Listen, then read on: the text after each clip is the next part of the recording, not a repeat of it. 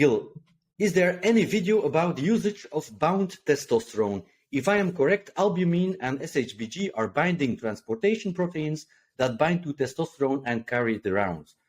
The not bound testosterone is free. That's right. Difference between albumin is that it can be unbound again and SHBG not or less. But my question is, if the bounded testosterone is lost or can be used also, how does this work? Okay. So yes, albumin and SHBG are both binding proteins that both carry various hormones and medications. They have a binding affinity to things, and they are transport proteins. It is true that albumin is essentially a far weaker bond, and therefore it is easier for the body to cleave that off and detach the hormone or medication or whatever is being carried, which is why, if you'll notice on some lab panels, they will not only issue a free testosterone, they'll also issue bioavailable.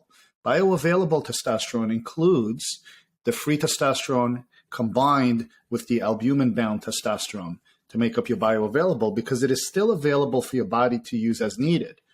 Now, the SHBG-bound testosterone is not bioavailable, but it is part of your total testosterone because it is still physically present.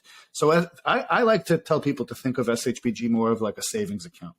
You can't go out and write a check out of your savings account per se, but you can move money from savings into checking and then utilize the funds by writing a check or using a debit card. So it's an extra step process that makes that money available to you, and this is the same thing. So SHBG-bound testosterone is part of your total testosterone. It is not free, but as your free testosterone levels begin to decline, your SHBG will begin to release some of that bound testosterone and make it free, which is why it is so essential for us to monitor SHBG specifically so that we know how to frequent and dose a patient so that he always has not only testosterone in reserve, aka total, but his free testosterone is not spiking and crashing and spiking and crashing, but it is slowly released. This is why I always say if your SHBG is too low, you're going to suffer some symptoms because, yes, your free T will be high intermittently, but when it crashes, there is no binding action to hold on to that testosterone. So another reason why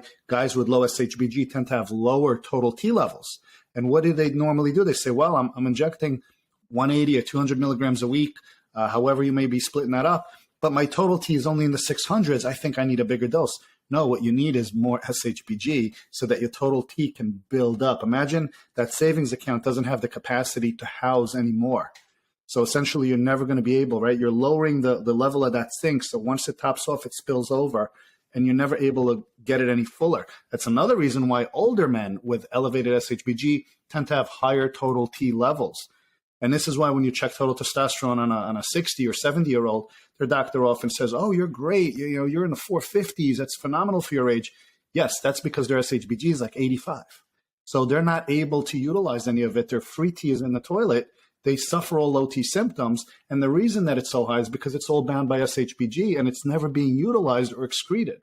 So it's a little more complex. Hopefully, in limited time, I made a little bit of a valid explanation there. But I wouldn't worry too much about albumin-bound testosterone. SHBG is something that I would try to kind of optimize in and of itself, depending on the underlying reasons, of course. So it is a little more complex of a topic, and I generally don't recommend SHBG to be something that you do alone without someone that truly understands all the implications surrounding it.